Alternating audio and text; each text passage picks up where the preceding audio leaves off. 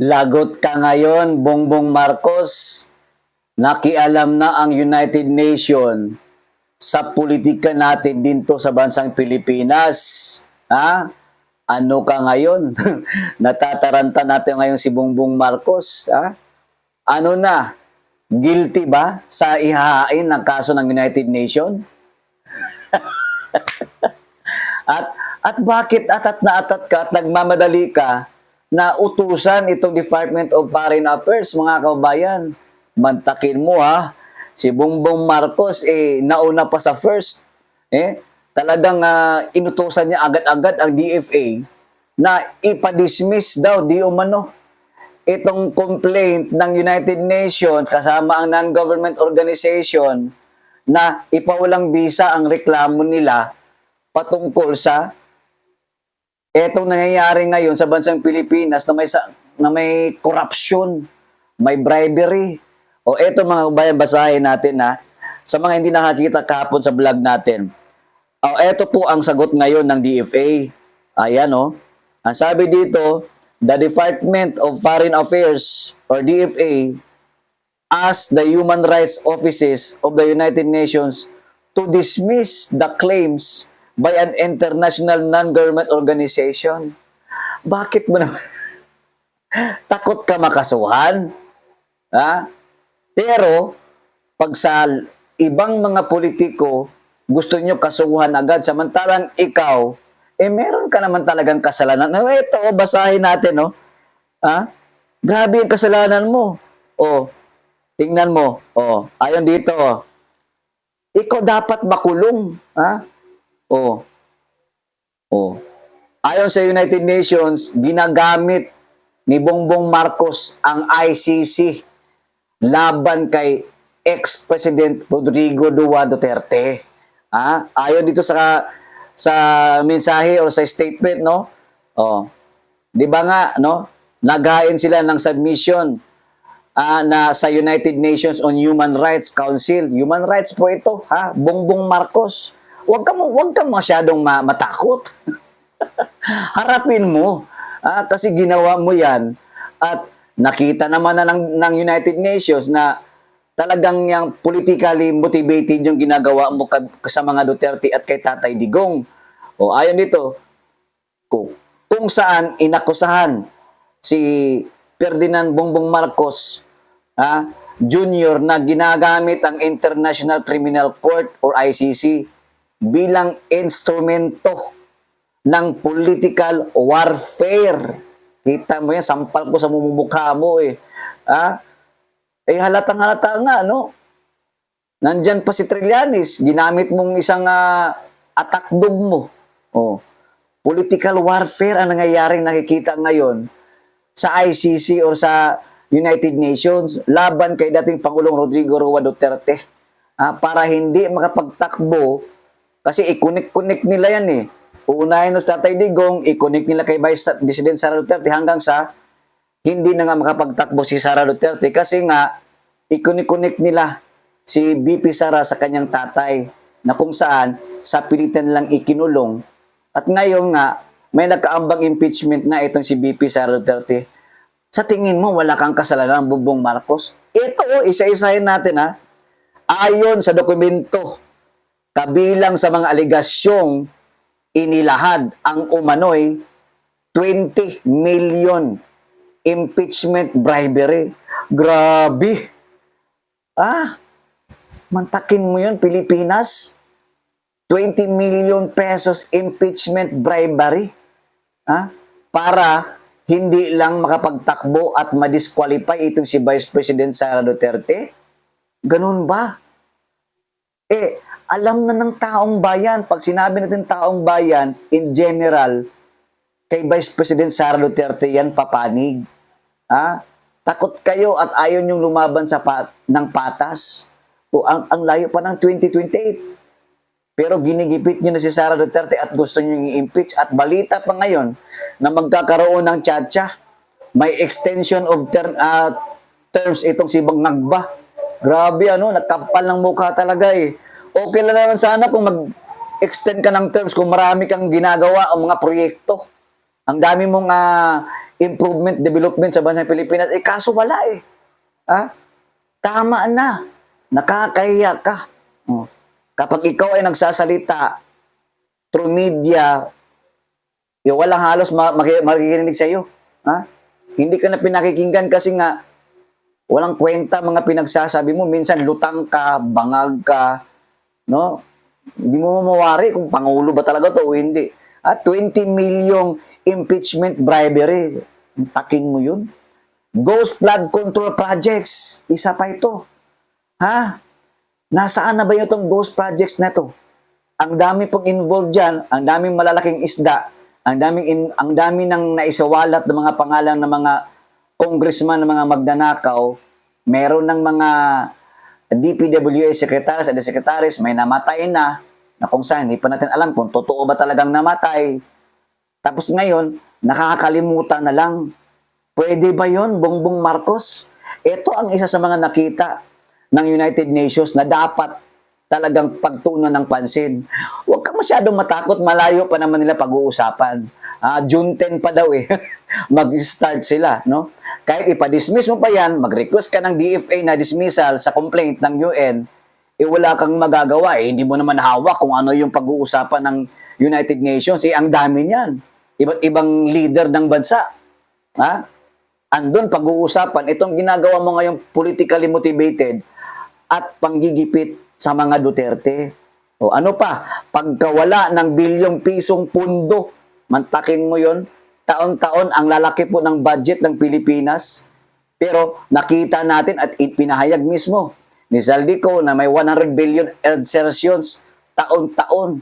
O hindi pa kabilang ng mga bayad-bayad system nila, yung kunwari, bribery, di ba tama naman, bribery impeachment.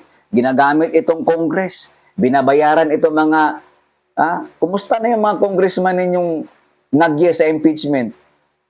Paldong-paldo na naman. O kabilang yan dito sa 20 million pesos na impeachment bribery. O ano pa? At umano'y pagbibenta ng gold reserve sa ating bansa. Mantakin mo yon. Ang dami na pong dumaang presidente natin, dekada na po. Pero tanging ito lang, si Bongbong Marcos, no, ang nagbenta ng ating mga ginto. Akala ko ba mayaman to? Akala ko ba ang mga Marcoses, yun yung inaasahan ng taong bayan nung tumakbo? Yung ill-gotten wealth? Yun pala, tayo lang pinagnanakawan na palang bansa natin ng wealth. Pambihira, no? Isa pa, kasama rin umano sa reklamo ang paggamit sa ICC upang durugin ang mga political rivals ng administrasyon. Mantakin mo yan. Kaya kudos sa inyo, salute sa mga taga-United Nations members, no? At sa non-government organization na nagreklamo na dapat talaga pag-usapan ito sa United Nations, no? Mga membro dyan. Dahil nga, talamak naman talaga. No, yung gamitan nila, ginagamit ni Bongbong Marcos ang kanyang kapangyarihan para itong kalaban nila, yung mga political rivals nila, ay ipipersecute, no? Kung hindi ma-persecute, hahanapan ng kaso, no? Ganun po ang galawan ngayon ng administrasyong Bongbong Marcos. Hiniling din ng UNHRC or United Nations Human Rights Council na imbestigahan ng umano'y arbitrary detention ni dating Pangulong Duterte at ang posibleng paglabag sa Rome Statute at iba pang international laws. Ang dami mong kaso. Bangag ka eh. Kita mo yung pag-kidnap ninyo sa pilitan, walang warrant of arrest. Sa cellphone lang, pero wala naman talagang warrant of arrest. Malaking problema yan. Kaya nga, ang United Nations ngayon ay nakikiisa na or magkaisa na sila para imbestigahan at makita ang talamak na korupsyon sa ICC at itong mga iba pang mga nakipagkutsabuhan dyan. Yung mga nagkutsabahan ba? Kutsaba kayo, kayong mga leader dyan at itong ICC, lalong-lalo yung Trillanes, dapat din maimbestigahan yan. Bakit nagpupunta-punta sa dahig? Anong ginagawa niya sa ICC? Gayong wala naman siyang posisyon sa Pilipinas. It's time na talagang kayo naman ang magigisa United Nations na mismo ang makakalaban ninyo, mga bangag kayo. Yung pagkidnap kay Tatay Digong, paglabag yon, no? Sa ating konstitusyon, sa arbitrary detention, paglabag po yun. At talagang wala namang jurisdiction na ang ICC sa atin. Isinuko mo yung soberanya natin, bangag katagang presidente ka. Kini-question din sa dokumento ang mga drug war death figures na ginagamit laban kay Duterte at sinabing kulang umano ang forensic at judicial verification. O, tingnan mo. Kayo lang kasi ang magagaling. Porque ba't sa inyo ang administrasyon, sa inyong kapangyarihan? Kita nyo, nakita na mismo ng mga taga-UN o United Nations na talagang ginagamitan nyo o dinadagdagan ninyo yung kaso ni Tatay Digong. Ni Kesyo, ito yung mga napatay o mga involved doon sa war on drugs, yung numerous na mga namatay, yung forensic na sinasabi dito, yung judicial verification. Yun po ang tinitingnan ngayon ng United Nations kasi nga kalabisan itong ginagawa nyo kay Tatay Digong. At mga kababayan, grabe, no, napanood ko yung bagong balita according doon kay Attorney Harry Roque na talagang si Tatay Digong daw ay tumutumba na, no? Natutumba na madalas si Tatay Digong ayon mismo doon sa kanyang detention cell sa Dahig. Pero ito po'y hindi nababalita o hindi napapaalam sa kanyang pamilya. Kaya nakakalungkot po, no? Na ganito na pala nangyayari kay Tatay Digong. Ikaw ba naman 81, 82 years old? Di ba? Syempre, talagang minsan, lalo na pag masama yung katawan mo, yung sa panahon, hindi mo adapt yung klima doon. O talagang hindi may iwasan na sa sobrang katandaan mo, may edad ka na, tumutumba na. At talagang nakakalungkot kasi nga, kung ano lang yung nakita natin, yun lang. Pero yun pala, may mga nagaganap pala dyan sa loob ng detention cell na kung saan tumutumba si Tatay Digong na hindi nalalaman ng pamilya Duterte. Pag ito talaga si Tatay Digong, kasi ang taong namamatay naman talaga, lumilisan naman talaga tayo sa mundo dito, ang problema lang, alam na nilang matanda ni si Tatay Digong, 82 years old. Anong ginagawa nitong Bongbong Marcos bilang presidente? Hindi pa ba sapat na 1 year mahigit na nakakulong ang isang matandang dating presidente ng Pilipinas? Wala ka bang puso na dapat pauwiin na yan para maalagaan ng pamilyang Duterte? Pag ito talaga may nangyari kay Tatay Digong, ewan ko na lang, itaga nyo talaga sa bato, talagang marami magagalit. Sorry to say, Bongbong Marcos, pero kukuyogin ka talaga ng buong Pilipino. Kita mo, pag nagkaisa yan, pag may nangyari kay Tatay Digong, at talagang dagsa ang tao, naku po, baka kaladkarin ka pa dyan sa loob ng palasyo pag nangyari yan. Kaya magdasal-dasal ka lang na hindi mangyayari talaga yung kay Tatay Digong ngayon kasi nga, talagang lintik lang talagang walang latay sa'yo pag talagang na may nangyari kay Tatay Digong. Naku, maghanda-handa ka na, Bongbong Marcos. Itong complaint ng NGO ngayon na pag-uusapan nila next month, kasama itong United Nations, isa itong babala sa iyo na hindi lahat sakop mo na. Hindi lahat nasa iyo na, hawak mo ang bitlat, hindi lahat ikaw yung panalo. Darating yung time na babalik din sa iyo lahat yan, Bongbong Marcos. Ay yung ginagawa mo na yung ginagamit mo yung pera ng bayan, yung may bayad system, yung impeachment laban kay Sara Duterte, yung panunuhol sa mga congressmen para pumirma, yung pagbibenta mo ng ating mga ginto, yung budget, tapos wala naman project, taon-taon, ang dami na, naka-4 na taon ka na, Puryagaba, wala kang ginawa sa bansang Pilipinas, walang proyekto, puro ayuda. Pero pag ikaw ang nagsalita, akala mo ang galing mo. Akala mo kung sino, no? Akala mo naman na Every time nag-i-speech siya, ang dami natutuwa sa kanya. Hindi. Yung iba dyan natutuwa lang kasi pera. Gusto lang nila sakyan yung pagkabangag mo at peperahan ka lang para sila ay pumaldo. Ang problema niyan, ang Pilipinas, ang mga Pilipino ang natatamaan. Bayad tayo ng bayad ng mga taxes natin. Wala namang counterpart ang gobyernong administrasyong Bongbong Marcos. Wala namang nagagawang proyekto. Ha? Kita nyo ngayon, magkaroon tayo ng baha. Tinitira pa nila yung Davao. Kasi kesyo, eto ganyan, nasaan yung pondo na 51 billion, etc. Ganyan-ganyan. My God.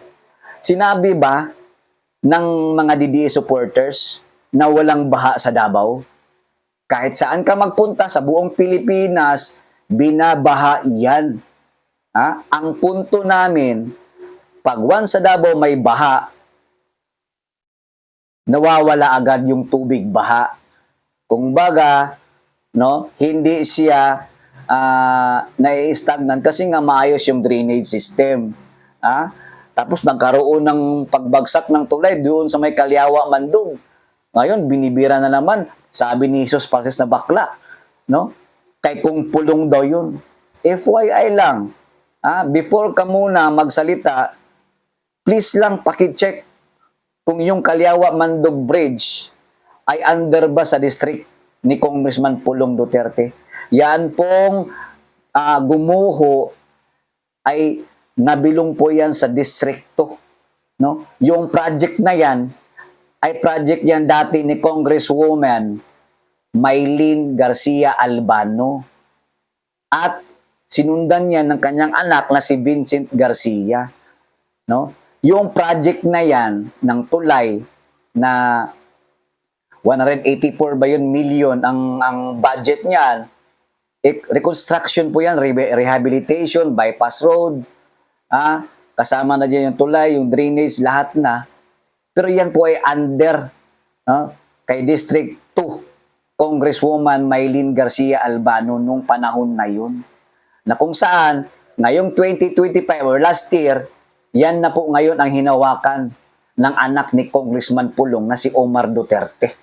District 2, Congressman Omar Duterte. Ngayon lang, last year, 2025. Kaya huwag kayong magpataka ng istorya. Mapafact check talaga kayo. Bakit din nyo nalang kumustahin itong Bongbong Marcos ninyo? Ang tagal-tagal ng nakaupong Pangulo.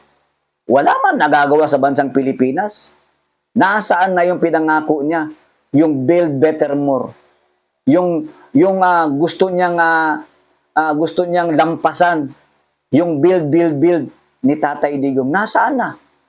Nasaan na yung mga pangako niyang flood control? Nasaan na yun? Sinampal siya. Yun pala, yung pangako niyang flood control projects, yun pala ang maglalagay sa kanya ng kahihiyan. Oo, dahil nandun na pala, ito mga anomalyang mga ghost projects, tragis yan. Grabe talaga, no? Kaya ikaw, huwag ka munang mataranta, Bongbong Marcos. Antayin mo na lang yung desisyon ng United Nations next month